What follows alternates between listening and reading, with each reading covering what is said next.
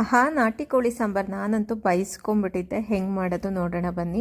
ಇದು ನಾಟಿ ಕೋಳಿ ಒಂದು 3 kg ಅಷ್ಟಿದೆ. ಮೊಟ್ಟೆ ಮತ್ತು ಲಿವರ್ ಆ ಥರದ್ದೆಲ್ಲ ಸಪ್ರೇಟ್ ತೆಗೆದಿಟ್ಕೊಂಡಿದ್ದೀನಿ. ಈ ಸಾಂಬಾರ್ಗೆ 2 ಸಲ ಖಾರ ರುಬ್ಬಾಕಬೇಕು. ಫಸ್ಟ್ ಖಾರಕ್ಕೆ ಈರುಳ್ಳಿ, ಕೊತ್ತಂಬರಿ, ಶುಂಠಿ, ಬೆಳ್ಳುಳ್ಳಿ, ಚಕ್ಕೆ, ಲವಂಗ ಮತ್ತು ಮೆಣಸು ತೊಗೊಂಡಿದ್ದೀನಿ. ಇನ್ನೊಂದು ಖಾರಕ್ಕೆ ಕಾಯಿ, ಟೊಮೊಟೊ, ಧನಿಯಾ ಪುಡಿ, ಖಾರದ ಪುಡಿ, ಗಸಗಸೆ ಮತ್ತು ಕಡಲೆ ತೊಗೊಂಡಿದ್ದೀನಿ. ಫಸ್ಟ್ ಖಾರಕ್ಕೆ ಏನೇನು ಇಟ್ಕೊಂಡಿದ್ವಿ ಅದನ್ನೆಲ್ಲ ಹಾಕಿ ಹುರ್ಕೊಳ್ಳೋಣ. ಫಸ್ಟು ಸ್ವಲ್ಪ ಆಯಿಲ್ ಮತ್ತು ಅರಿಶಿನ ಸೇರಿಸ್ಕೊಳ್ಳಿ ಈ ಟೈಮಲ್ಲಿ.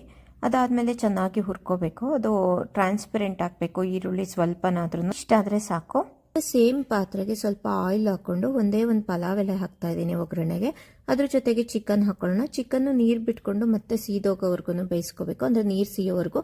ಅಷ್ಟೊತ್ತಿಗೆ ಖಾರ ರುಬ್ಕೊಬರೋಣ. ನೋಡಿ, ಈಗ ನೀರು ಬಿಟ್ಕೊಂಡು ಮತ್ತೆ ಕಮ್ಮಿ ಆಗ್ತಾ ಇದೆ. ಈಗ ಉಪ್ಪು ಹಾಕ್ಕೊಂಡು ಅದ್ರ ಜೊತೆಗೇನೆ ಖಾರನ ಸೇರಿಸ್ಕೊಳ್ಳೋಣ. ಖಾರ ಚೆನ್ನಾಗಿ ಚಿಕನ್ಗೆ ಮಿಕ್ಸ್ ಆಗೋವರೆಗೂ ಚೆನ್ನಾಗಿ ಕಲಿಸ್ಕೊಂಡ್ಬಿಟ್ಟು ಇದನ್ನ ಓಪನ್ ಆಗಿ ಹಂಗೆ ಬೇಯಕ್ಕೆ ಬಿಡಬೇಕು. ಅದು ಬೇಯೋ ಅಷ್ಟೊತ್ತಿಗೆ ನಾವು ಇನ್ನೊಂದು ಖಾರಕ್ಕೆ ಏನೇನು ರೆಡಿ ಮಾಡಿ ಇಟ್ಕೊಂಡಿದ್ವಿ ಅದನ್ನೆಲ್ಲ ರುಬ್ಕೊಬರೋಣ. ಇದನ್ನ ಕಲಸಿ ನೀಟಾಗಿ ಹಂಗೆ ಬಿಡಬೇಕು. ಸೆಕೆಂಡ್ ಒಂದು ಖಾರನ ಚೆನ್ನಾಗಿ ನುಣ್ಣಗೆ ರುಬ್ಕೋಬೇಕು.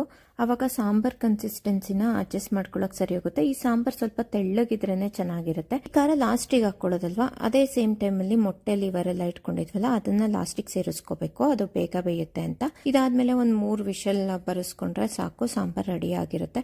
ನಾನಿವತ್ತು ಇದ್ರ ಜೊತೆಗೆ ಅಕ್ಕಿ ರೊಟ್ಟಿನ ಮಾಡ್ಕೊಂಡಿದ್ದೆ. ಚೆನ್ನಾಗಿರುತ್ತೆ. ಅಕ್ಕಿ ರೊಟ್ಟಿ ಜೊತೆ ಮುದ್ದೆ, ಅನ್ನ ಎಲ್ಲಾದ್ರ ಜೊತೆಗೂ ಚೆನ್ನಾಗಿರುತ್ತೆ. ಬಟ್ ನಮಗೆ ಅಕ್ಕಿ ರೊಟ್ಟಿ ಜೊತೆಗೆ ಇಷ್ಟ, ಹಾಗಾಗಿ